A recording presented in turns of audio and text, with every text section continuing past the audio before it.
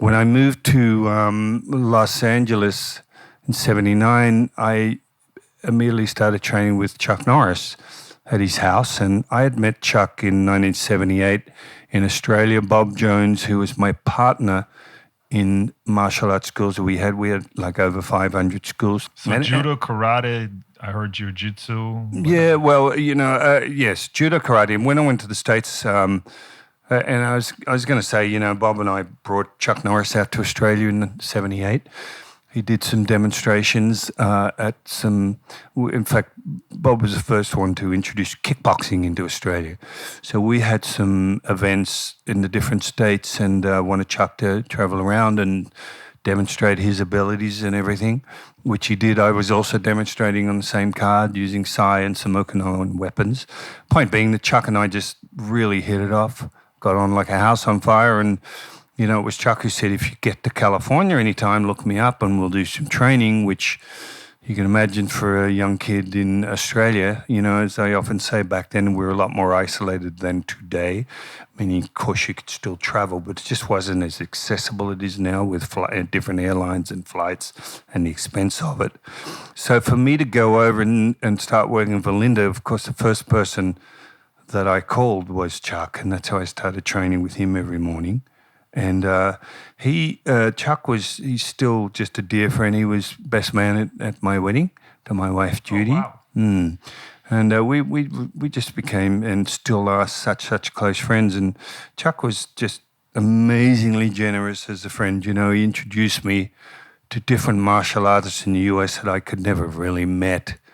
Or if I did, it would take a long period of time. But because Chuck was so well liked and respected as a martial artist, it opened the doors for me. So I started training with Benny the Jet Urquidez, who, again, a lot of younger ones won't necessarily know, but Benny's like a kickboxing legend of his day and very much an American style of kickboxing.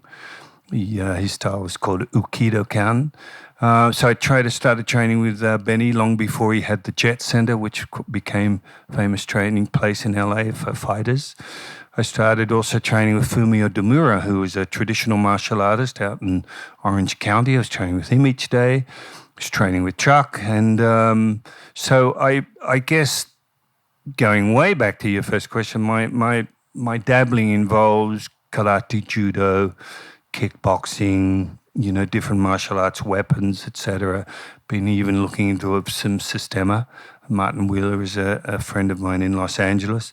And it's really, for me, it's just a matter of I try and taste some of the other arts, Aikido, got into that a bit in Australia, only enough to sort of hurt myself. But, I'm just sort of fascinated with all the arts, but more from a point of view now at my age of what principles do they have that can help me do what I already do a little bit better. So, it's not so much I want to learn a completely new art, but I just love looking at the through line of the arts, and there's so many fundamentals of the arts that are not much different to each other. How they're externalized and everything, of course, makes them different.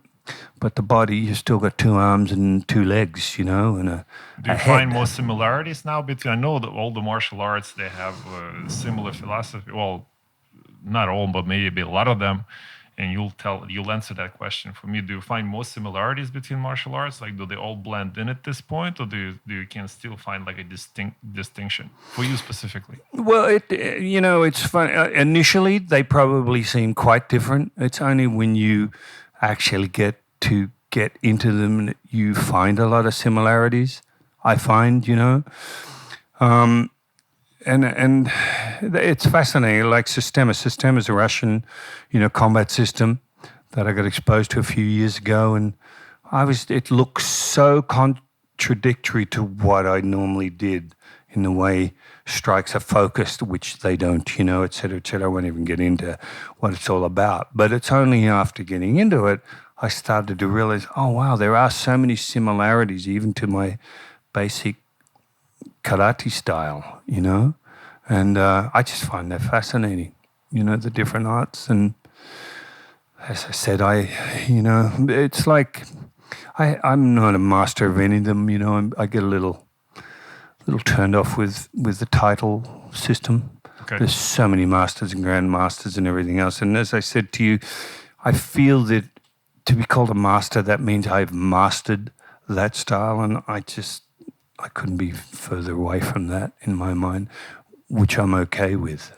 So because the exciting thing, like for instance, I've trained with the Machado brothers in jiu-jitsu. I've been doing that since the late 80s, started with Rickson Gracie, and eventually started training with the different Machado brothers. And I've been with Jean-Jacques Machado for 25 years now, 26 years. So 26 years, you think, wow, well, you've mastered it. But I would wrestle with Jean-Jacques today, and I'm a 4th degree black belt under him. I couldn't even come close to tapping him out once, which is ridiculous, He's that much ahead of me. Now, one could say, oh, that's a bit depressing, to think that you couldn't even do that. But the flip side for me is it's exciting because I realize, wow, how much further is there to go in this art? And that's the driving force for me. If it was something that your next door neighbor could learn in a month and be reasonably proficient, I don't believe there'd be any art, and I don't believe there'd be any particular excellence in something that's attainable in a month or 6 months or a year.